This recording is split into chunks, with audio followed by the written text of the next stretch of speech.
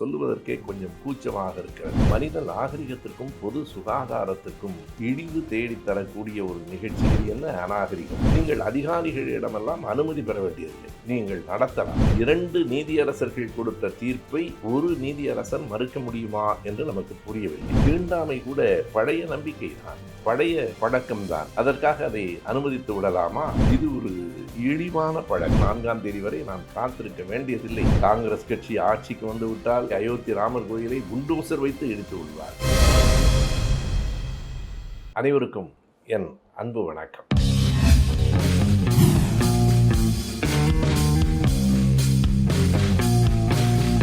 கடந்த 18ஆம் தேதி நம்முடைய மனித நாகரிகத்திற்கும் பொது சுகாதாரத்திற்கும் இழிவு தேடித்தரக்கூடிய ஒரு நிகழ்ச்சி கரூருக்கு அருகிலே நடைபெற்றிருக்கிறது. கரூருக்கு பக்கத்தில் மண்மங்கலம் என்ற ஒரு ஊர் இருக்கிறது. அதற்கு அருகில் நெரூர் அக்ரஹாரத்தில் அந்த நிகழ்வு நடைபெற்றிருக்கிறது. அங்கே ஒரு ஜீவ சமாதி இருக்கிறது.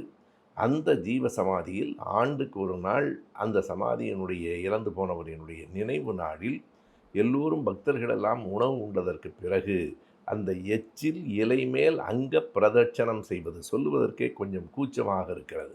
யாராவது எச்சில் இலையில் அங்க பிரதட்சணம் செய்வார்களா? அதில் உருண்டு பக்தர்கள் எழுந்தால் அவர்களுக்கு ஆன்மீக பலன் உண்டு என்கிற நம்பிக்கை பல ஆண்டுகளாக இருக்கிறதா என்பதற்கும் எந்த விதமான சான்றும் இல்லை.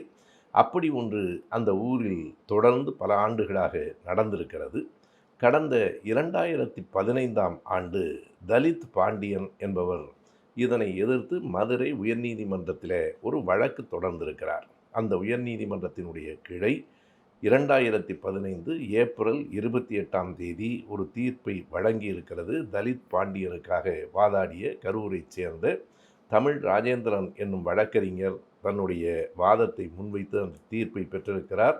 நீதியரசர்கள் மணிக்குமார், வேலுமணி என்கிற இருவரும் அந்த தீர்ப்பை வழங்கியிருக்கிறார்கள். இது என்ன அநாகரிகம்?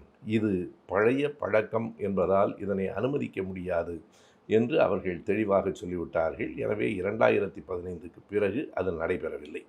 இப்போது மீண்டும் கரூர் நவீன்குமார் என்கிற ஒருவர் அதே மதுரை கிளையிலே உயர்நீதிமன்ற கிளையிலே வழக்கு தொடுத்திருக்கிறார். அந்த மனுவை நீதிபதி GR சாமிநாதன் அவர்கள் விசாரித்து மே 17ஆம் தேதி இரவு ஒரு தீர்ப்பு வழங்குகிறார். 18ஆம் தேதி நிகழ்ச்சி, 17ஆம் தேதி இரவு தீர்ப்பு வருகிறது. எனவே மேல்முறையீட்டிற்கு போவதற்கு கூட வாய்ப்பு இல்லை. அந்த தீர்ப்பு என்ன சொல்லுகிறது என்றால், இது ஒரு பழங்கால பழக்கம். ஒரு மதத்தில் இருக்கிற நம்பிக்கையின் அடிப்படையில் ஒரு கிராமத்தில் நடக்கிற விழாவுக்கு நீங்கள் அதிகாரிகளிடமெல்லாம் அனுமதி பெற வேண்டியதில்லை, நீங்கள் நடத்தலாம். எச்சில் இலையில் உருண்டு உருண்டு எழலாம் என்று தீர்ப்பு வழங்கியிருக்கிறார். இந்த இடத்திலே நமக்கு பல ஐயப்பாடுகள் வருகின்றன. சட்டம் படித்த நண்பர்கள் விடை சொல்ல வேண்டும். நம்மை போன்ற பாமரர்களுக்கு அந்த சட்டம் பற்றிய செய்திகள் முழுமையாக தெரியாது. இருந்தாலும் பொது அறிவில் ஒன்று நாம் அறிவோம். 2 நீதியரசர்கள் கொடுத்த தீர்ப்பை ஒரு நீதியரசர் மறுக்க முடியுமா என்று நமக்கு புரியவில்லை. பொதுவாக நீதிமன்றத்தில் ஒரு நீதிபதி தீர்ப்பளித்தால் அதை 2 நீதிபதிகளை கொண்ட அமர்வு மறுக்கலாம். ஆனால் இங்கே மாறுதலையாக நடந்திருக்கிறது. 2015 ஏப்ரலில் நீதியரசர்கள் மணிக்குமார், வேலுமணி இருவரும் கொடுத்த தீர்ப்பை இப்போது சுவாமிநாதன் என்கிற ஒரு நீதிபதி மறுக்கிறார். அதற்கு அவர் என்ன காரணம் சொல்லுகிறார்? இவையெல்லாம் பழங்கால நம்பிக்கைகள், மத நம்பிக்கைகள், மரபுகள், இவற்றையெல்லாம் யாரும் தடுக்க முடியாது. இதற்கெல்லாம் அனுமதி கூட வாங்க வேண்டியதில்லை. ஒலிபெருக்கி வைப்பதென்றால் மட்டும்தான் அனுமதி வாங்க வேண்டுமே தவிர வேறு எதற்கும் அனுமதி கோர வேண்டியதில்லை என்கிறார். இது இப்படி இருக்க, திராவிடர் கழகத்தினுடைய தலைவர் ஐயா ஆசிரியர் அவர்கள் மிகச் சரியான கடுமையான ஒரு அறிக்கையை விடுதலையில் வெளியிட்டிருக்கிறார்.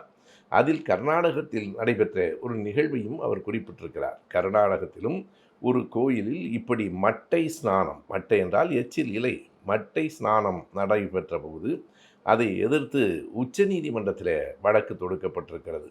அந்த வழக்கில் நீதிபதி பானுமதி உள்ளிட்ட இன்னொருவரும் சேர்ந்து என்ன தீர்ப்பளித்திருக்கிறார்கள் என்றால், இப்படி எச்சில் இலையில் உருடுவது என்பது ஒரு அடிப்படை நாகரிகத்திற்கும் பொது சுகாதாரத்திற்கும் எதிரானது. இதை நாம் அனுமதிக்க முடியாது. இதெல்லாம் பக்தியும் இல்லை, இது ஆன்மீகமும் இல்லை என்று சொல்லியிருக்கிறார்கள். அப்போது அங்கே வாதிட்ட வழக்கறிஞர், இது ஒரு பழைய நம்பிக்கை, இது ஒரு பழைய மதம் சார்ந்த ஒன்று, இதை தடுக்கலாமா என்று கேட்டபோது நீதிபதி பானுமதி மிக நன்றாக கேட்டிருக்கிறார். தீண்டாமை கூட பழைய நம்பிக்கை தான், பழைய பழக்கம்தான். அதற்காக அதை அனுமதித்து விடலாமா? நாம் எண்ணி பார்த்தால் இந்த தீண்டாமை மட்டுமல்ல, பால்ய விவாகம் பழைய பழக்கம், உடன்கட்டை ஏறுதல் பழைய பழக்கம். உடன்கட்டை ஏறுதல் பற்றி சங்க இலக்கியத்திலேயே ஒரு பாட்டில் வருகிறது, புறநானூற்றில். எனவே இவையெல்லாம் பழைய பழக்கங்கள். எனவே எல்லோரும் உடன்கட்டை ஏறலாம், எல்லோரும் பால்ய விவாகம் செய்து கொள்ளலாம் என்று சொல்ல முடியாதோ, அதே போலத்தான் இது பழைய பழக்கம் என்பதால் எச்சில் இலையில் உருளலாம் என்று ஒரு நீதிமன்றம் அனுமதி அளிக்கிறது என்பதே கேட்பதற்கே நமக்கு வெறும் கூச்சமாகவும், இது என்ன ஒரு நாகரிகமான நவீன உலகத்தில்தான் நாம் வாழ்கிறோமா என்கிற எண்ணத்தையும் உருவாக்குவதாக இருக்கிறது. நீதிபதி சுவாமிநாதன் அவர்கள் இப்படி வரலாற்று புகழ்மிக்க பல தீர்ப்புகளை வழங்கியிருக்கிறார், நாம் அறிவோம். இப்போதும் அவர் இந்த தீர்ப்பை வழங்கியிருப்பதில் நாம் கேட்பது இதுதான்: நீங்கள் சட்டம் நீதி என்ன சொல்லுகிறது என்பது ஒரு புறம் இருக்க, இது அரசமைப்பு சட்டத்திற்கு எதிரானது. அடிப்படை சுதந்திரத்தை, மத உரிமையை அது வழங்கி இருக்கிறது என்றாலும் பொது சுகாதாரம் பற்றிய அந்த சிந்தனையும் நம்முடைய அரசமைப்பு சட்டங்களிலே இருக்கிறது. அது மட்டுமல்லாமல் ஏற்கனவே இதே உயர்நீதிமன்றத்தில் 2 நீதிபதிகள் வழங்கிய தீர்ப்பை, இதே மாதிரியான இன்னொரு வழக்கில் உச்சநீதிமன்றம் வழங்கிய தீர்ப்பை இப்போது ஒரு நீதிபதி எப்படி மீறலாம், இது எப்படி சட்டத்திற்கு உட்படும் என்கிற கேள்வியும் நமக்கு வருகிறது. எனவே இன்றைக்கு நாம் என்ன கேட்கிறோம் என்றால், இது சட்டம் சரியா பழக்கமா என்பதெல்லாம் ஒரு புறம் இருக்க, இப்படி எச்சில் இலையில் உருடுவது என்பது ஒரு பொது சுகாதார கேடு இல்லையா? வளர்ந்த நாகரிகமிக்க ஒரு சமூகத்தில் நாம் இப்படி இன்னமும் செய்து கொண்டிருக்கலாமா? நான் அந்த காட்சிகளை பார்த்தேன். அவர்களுக்கு ஆதரவான வலையொலிகள் அந்த காட்சிகளை வெளியிட்டிருக்கின்றன. இப்படிப்பட்ட ஒரு பழக்கத்தை வைத்து கொண்டிருப்பது என்ன நியாயம்? அப்படியானால் இனிமேல் உணவு உண்டதற்கு பிறகு யாரும் கை கழுவவே வேண்டாமா? கை கழுவாமலேயே இருக்கலாம். எச்சில் இலையில் உருடுவது மத நம்பிக்கை என்றால் கை கழுவாமல் இருப்பதும் மத நம்பிக்கையாக இருக்கக்கூடும். நாம் இனிமேல் யாருக்கு கை கொடுத்தாலும் பார்த்து கவனமாக கை கொடுக்க வேண்டியிருக்கிறது என்கிற நிலைக்கு வந்து விட்டோமா என்றும் தோன்றுகிறது. எனவே இது ஒரு இழிவான பழக்கம். அதை சொல்லுவதில் நமக்கு எந்த தயக்கமும் இல்லை. அலகு குத்தி கொள்ளுவது, பறவை காவடி எடுப்பது, இவையெல்லாம் உடலை வருத்தி கொள்ளுவது என்றால் இது இன்னொரு விதத்தில் அநாகரிகமானது. நானும் பார்த்திருக்கிறேன். பல ஊர்களில் கோயில் திருவிழாக்களில் அலகு குத்தி கொண்டு போகிறவர்கள், பறவை காவடியாக போகிறவர்களில் யாரும் பார்ப்பனர்களாக இல்லை.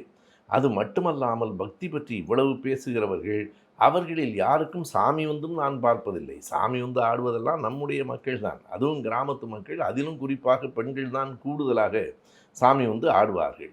நமக்கு என்ன கேள்வி வருகிறது என்றால், கடவுளுக்கு பக்கத்திலேயே இருப்பதாக சொல்கிறார்கள், அந்த கருவறைக்குள் எங்களை தவிர வேறு யாரும் வரக்கூடாது என்கிறார்கள். அவ்வளவு அருகிலேயே இருக்கிறவர்களுக்கு சாமி வருவதில்லை, எங்கோ தொலைவில் இருக்கிற உழைக்கும் மக்களுக்கு தான் வருகிறது. இவற்றையெல்லாம் நாம் கணக்கில் கொள்ள வேண்டும். ஐயா பெரியார் அவர்கள் முன்னெடுத்த அந்த பகுத்தறிவு பரப்புரையை மறுபடியும் நாடு முழுவதும் செய்ய வேண்டிய நிலையில் நாம் இருக்கிறோம் என்பதைத்தான் இந்த நிகழ்வுகளெல்லாம் காட்டுகின்றன. எல்லாவற்றுக்கும் ஜூன் 4ஆம் தேதிக்கு பிறகு ஒரு முடிவு வரும் என்று பலரும் நம்புகிறார்கள். எல்லாவற்றுக்கும் 4ஆம் தேதி வரை நாம் காத்திருக்க வேண்டியதில்லை. நல்லவைகளை செய்வதற்கு 4 என்ன 5 என்ன. 4ஆம் தேதி பற்றியும் ஒரு பதிவை இங்கே நான் குறிப்பிட வேண்டியிருக்கிறது. இந்த தேர்தல் ஆணையம் ஒவ்வொரு நாளும் தேர்தல் முடிந்தவுடன் இத்தனை விழுக்காடு வாக்குகள் பதிவாகி இருக்கின்றன என்று சொல்லுகிறது. எப்படி திடீரென்று 6 விழுக்காடு கூடிற்று? 6 விழுக்காடு என்று சொன்னால் 4 கட்ட தேர்தல்களில் 6 விழுக்காடு என்பது 98,70,000 வாக்குகள், ஏறத்தாழ 1 கோடி. ஏறத்தாழ 1 கோடி வாக்குகள் திடீரென்று எப்படி வந்துவிட்டன? நமக்கு அச்சமாகத்தான் இருக்கிறது. 4ஆம் தேதியில் என்ன நடக்கும் என்கிற அச்சத்தை இந்த கணக்கு புள்ளி விவரங்களெல்லாம் நமக்கு ஒரு கவலையை ஏற்படுத்துவதாக அமைந்திருக்கின்றன. நம்முடைய பிரதமர் மோடி சொல்லுகிறார், காங்கிரஸ் கட்சி ஆட்சிக்கு வந்துவிட்டால் அங்கே இருக்கிற அயோத்தி ராமர் கோயிலை புல்டோசர் வைத்து இடித்து விடுவார்கள். நமக்கு என்ன பிரதமர் மோடியை பாராட்ட வேண்டும் எதற்காக என்று தோன்றுகிறது என்றால், சிரிக்காமல் சொல்கிறார் பாருங்கள். கோயிலை இடிப்பதெல்லாம் யாருடைய பழக்கம் என்று அவருக்கே தெரியும், கேட்கிறவர்களுக்கும் தெரியும்.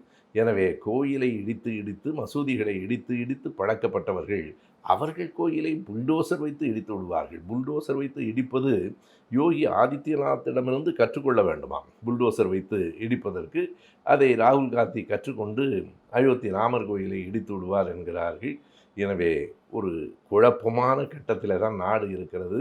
ஆனால் இன்றைக்கு பிரதமர் மோடி பேசுகிற பேச்செல்லாம் பார்க்கிற போது இது கடைசி நேரத்தில் கொஞ்சம் கூடுதலாக ஒளிவிட்டு எரிகிற ஒரு சுடர் போல தெரிகிறது. 4ஆம் தேதி நல்ல விடை வரட்டும். அதற்கு முன்னால் இப்படி எச்சில் இலையில் உருடுகிற இந்த பழக்கத்தை எல்லாம் கண்டித்து நாடு முழுவதும் நாம் கூட்டங்களை நடத்த வேண்டும். மக்களிடத்தில் பரப்புரைகளை கொண்டு செல்ல வேண்டும். நன்றி, வணக்கம். பலரும் அறிந்திராத திராவிடர் விவசாய தொழிலாளர் சங்கத்தையும் அதன் சாதனைகளையும் எடுத்துச் சொல்லும் நூல் பெரியார் சரவணனின் திராவிடர் விவசாய தொழிலாளர் சங்கம். விலை ரூபாய் 100 மட்டும். புத்தகம் வாங்க திரையில் தெரியும் தொலைபேசி எண்களுக்கு தொடர்பு கொள்ளுங்கள் அல்லது கருஞ்சட்டை பதிப்பகத்தின் இணையதளத்துக்கு வாருங்கள்.